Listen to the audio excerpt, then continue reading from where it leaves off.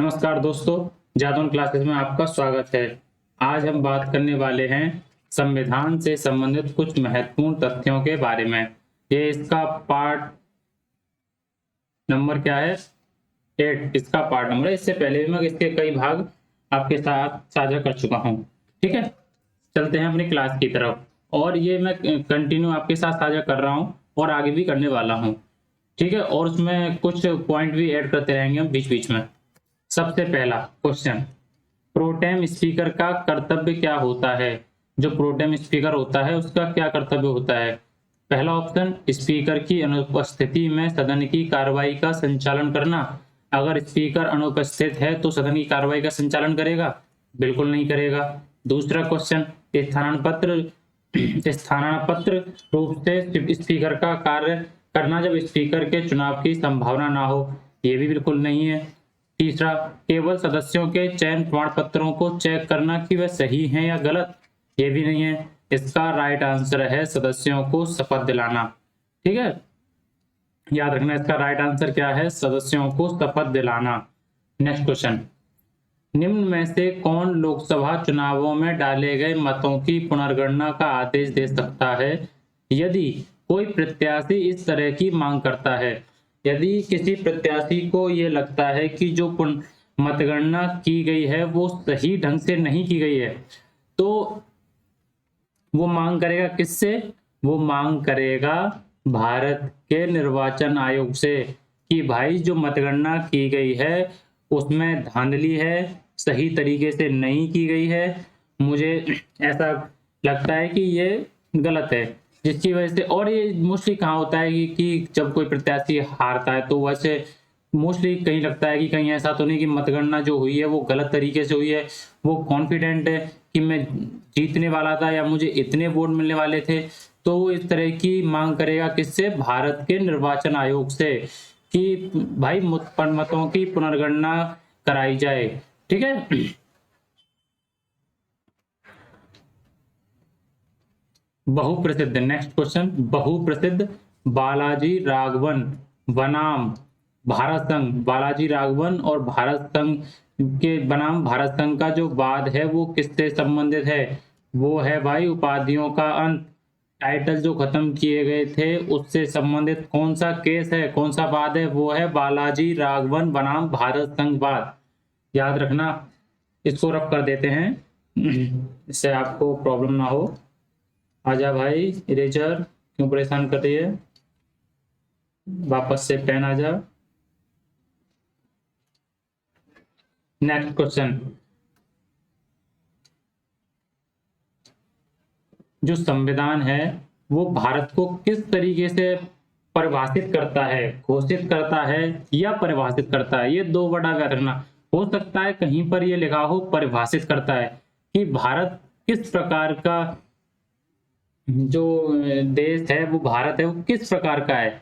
क्या संप्रभुता संपन्न, समाजवादी, धर्मनिरपेक्ष, लोकतांत्रिक राष्ट्रमंडल है? संप्रभुता संपन्न, समाजवादी, धर्मनिरपेक्ष, लोकतांत्रिक राज्य है? बिल्कुल नहीं है। संप्रभुता संपन्न, समाजवादी, धर्मनिरपेक्ष, गणतंत्रात्मक लोकतंत्र है? बिल्कुल नहीं है। तो इसका राइट आंसर क्या होगा?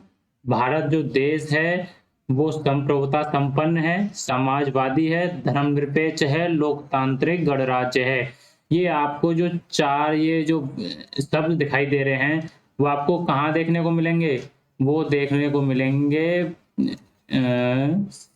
प्रस्तावना के अंदर। ठीक है, प्रस्तावना के अंदर आप जब प्रस्तावना पढ़ोगे किसकी? संविधान की, तो आपको ये चार ये जो वर्ड है ना उसके अंदर आपको जरूर देखने को मिलेंगे। ठीक है, नेक्स्ट क्वेश्चन, भारत में लोक लेखा समिति का गठन किस अधिनियम के तहत किया गया? ऐसा कौन सा अधिनियम था जिसके तहत लोक लेखा समिति का गठन किया गया? तो वो अधिनियम था भाई मॉन्टेग्यू चेम्सफोर्ड अधिनियम। याद रखना भाइयों, कौन सा अधिनियम था? मॉन्टेग्यू चेम्सफोर्ड अधिनियम 1919। नेक्स्ट क्वेश्चन, अच्छा इसमें ये वर्ड मुझे देखा, भारत का शासन अधिनियम, इसका सबसे बड़ा इम्पैक्ट किस पर पड़ा है? सबसे ज्यादा जो कॉपी किया गया ना हमारे भारत का जो संविधान है भारत के संविधान को आलोचक क्या बोलते थे? आलोचक ये बोल जो आलोचना करते हैं, तो उन्होंने आलोचकों के द्वारा पता भारत के संविधान को क्या बोला गया? तो उन्होंने बोला गया कि ये भानुमति का कुनबा है। वो कैसे? कि कहीं की ईंट कहीं का रोड़ा, भानुमति ने कुनबा जोड़ा। मतलब समझ में आया? किसी देश के संविधान से कुछ पॉइंट लिए गए, किसी देश के संविधान से कुछ पॉइंट लिए गए, ऐसे करके बहुत सारे जो हमारे संविधान सभा थी, इनमें जो लोग थे, उन्होंने बहुत अच्छे से सघन अध्ययन किया सारे देशों के संविधान का। उसके बाद हमारे संविधान को तैयार किया गया। और इसलिए नहीं कि वो भारत का सबसे बड़ा लिखित संविधान है, जो भारत का संविधान है वो सबसे बड़ा लिखित संविधान है, आप याद रखना, ठीक है। और उसमें सबसे ज्यादा इम्पैक्ट कहां से पड़ा? वो पड़ा था भारत शासन अधिनियम 1935 1945 से 1935 से, सॉरी माफी चाहूंगा। नेक्स्ट क्वेश्चन, भारतीय संविधान सभा में कुल कितनी महिला सदस्य थी? महिलाओं का योगदान चाहे संविधान बनाने में हो, देश की स्वतंत्रता में हो, देश की जीडीपी में हो, हर जगह महिलाओं का योगदान रहा है, ठीक है।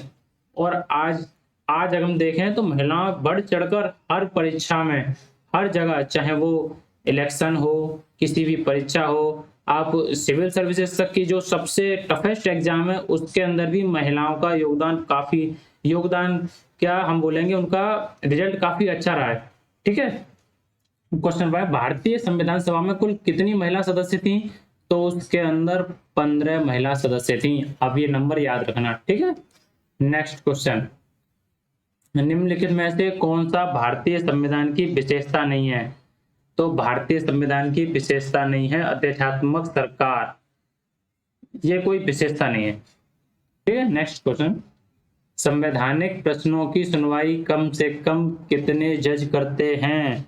कितने मिनिमम कितने जज होने चाहिए? अगर कोई संवैधानिक प्रश्न है तो उसमें होना चाहिए भाई 5 जज, मिनिमम 5 जजेस होने चाहिए, जिस तब उस प्रश्न में सुनवाई की जाएगी। नेक्स्ट क्वेश्चन, भारतीय संविधान के किस अनुच्छेद के अधीन राज्यपाल राष्ट्रपति के विचार के लिए किसी विधेयक को आरक्षित रख सकता है? ठीक है, अगर कोई ऐसा राज्यपाल किस अनुच्छेद के तहत, तो सबसे पहले इसका आंसर देख लेते हैं। इसका आंसर है अनुच्छेद 200। इसके तहत राष्ट्रपति के विचार के लिए किसी भी विधेयक को आरक्षित रख सकते हैं।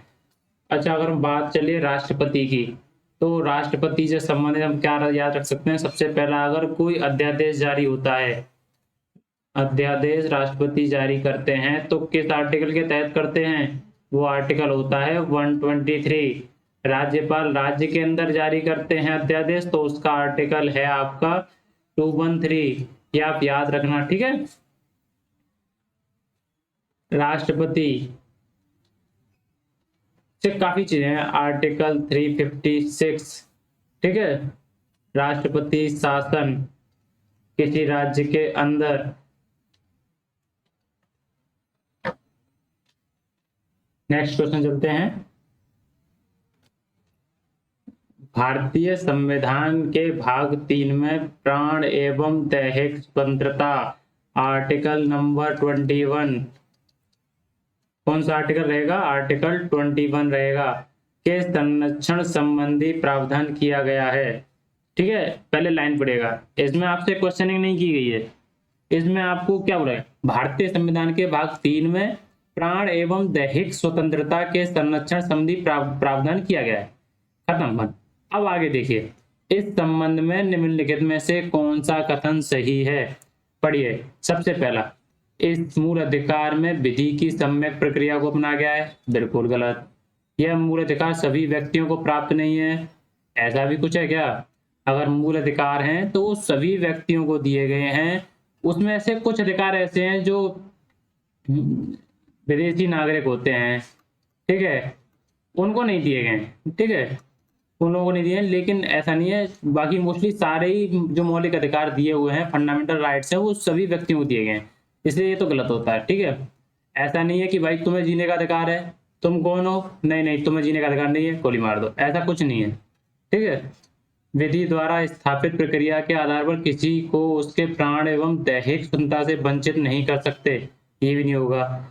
ठीक है, ये लास्ट पढ़ते हैं। मात्र एक मूल अधिकार है जिसे आपातकाल में निलंबित नहीं किया जा सकता, बिल्कुल राइट आंसर। ठीक है, अगर इमरजेंसी डिक्लेयर होती है राज्य के अंदर या पूरे भारत के अंदर भी अगर कोई इमरजेंसी डिक्लेयर होती है तो आपके सारे फंडामेंटल राइट जितने भी आपको दिए गए हैं, फंडामेंटल राइट्स हैं आपके, वो सारे सस्पेंड हो जाएंगे। अपवाद कौन सा रहेगा? आर्टिकल 21 सस्पेंड नहीं होता। अगर कोई भी इमरजेंसी लग जाती है तो ये नहीं कहा जाएगा कि भाई इमरजेंसी लगी हुई है तुम्हें जीने का अधिकार नहीं है, ऐसा नहीं है ना। जीने का अधिकार तो हमारा अधिकार है। नेक्स्ट क्वेश्चन, भारत में संविधान निर्माण हेतु प्रारूप समिति का गठन कब किया गया? इसका गठन किया गया 8 अगस्त 1947 में। ठीक है,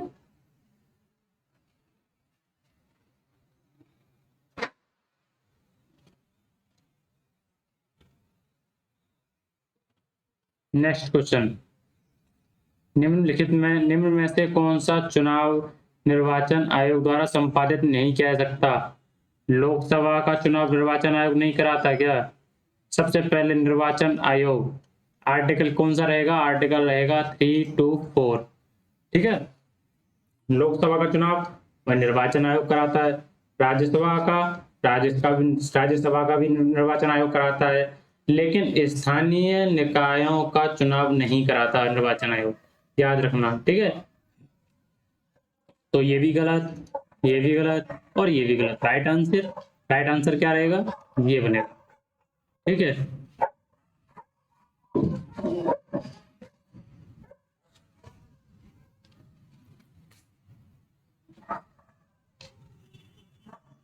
ये क्वेश्चन पढ़ते हैं। सही कथन है, इसमें से कौन सा कथन सही है?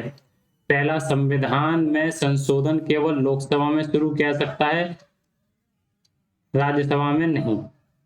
ऐसा कुछ नहीं है। अगर आप देखोगे तो आर्टिकल 370 याद है आपको कुछ? जम्मू एंड कश्मीर को विशेष राज्य का दर्जा प्राप्त था, किसके तहत? आर्टिकल 370 के तहत, लेकिन अभी नहीं है। अभी ये जो आर्टिकल 370 खत्म हो चुकी है। तो जब ये लाया गया था तो सबसे पहले इसे कहाँ इंट्रोड्यूस किया गया? इसे इंट्रोड्यूस किया गया था राज्यसभा के अंदर, उसके बाद कहाँ किया गया? लोकसभा के अंदर, उसके बाद राष्ट्रपति के पास, यहाँ से पास होके यहाँ आया, यहाँ से भी उनके पास मेजोरिटी थी, यहाँ से भी पास हुआ, किसके पास गया? राष्ट्रपति के पास। जब इन दोनों जगह से पास होगा तो राष्ट्रपति जी ने भी उस पर अपनी अनुमति दे दी और वो पास हो गया। ठीक है, उस संविधान के अंदर संशोधन हो गया। अब संविधान संशोधन किसके तहत मिलता है? कौन सा आर्टिकल पावर देता है संसद को संविधान के अंदर संशोधन करने के लिए? तो आपका आर्टिकल बनेगा 368।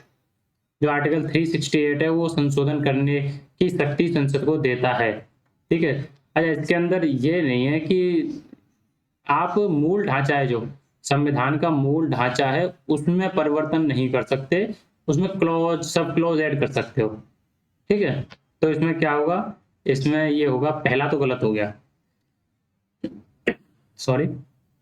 दूसरा, संशोधन चाहने वाले विधेयक को संसद के किसी भी सदस्य द्वारा पेश किया जा सकता है। ठीक है,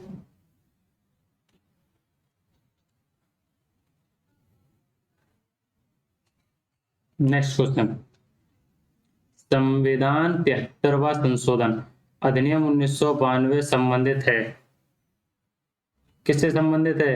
ये संबंधित है ग्रामीण स्थानीय स्वशासन से। ठीक है, इसको याद रखना। नेक्स्ट क्वेश्चन, मूल अधिकारों पर आवश्यक प्रतिबंध लगाने का अधिकार किसको है?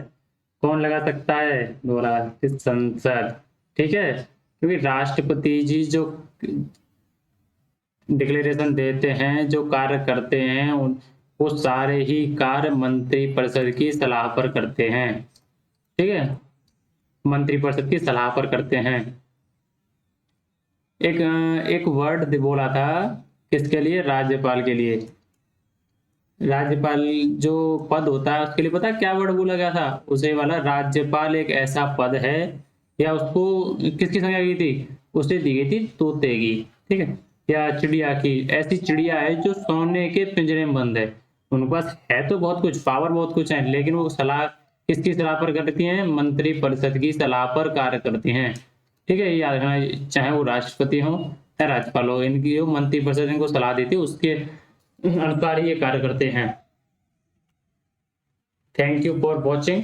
अगर आपको वीडियो पसंद आई, अगर आपको लगता है कोई इम्प्रूवमेंट किया जाए आगे, तो उस पर आप जरूर बताइए, कमेंट बॉक्स आपके लिए ओपन है, उसमें बिल्कुल आइए, आपका वेलकम है, और उसमें बताइए कि मैं क्या इम्प्रूवमेंट कर सकता हूँ, ठीक है। Thank you.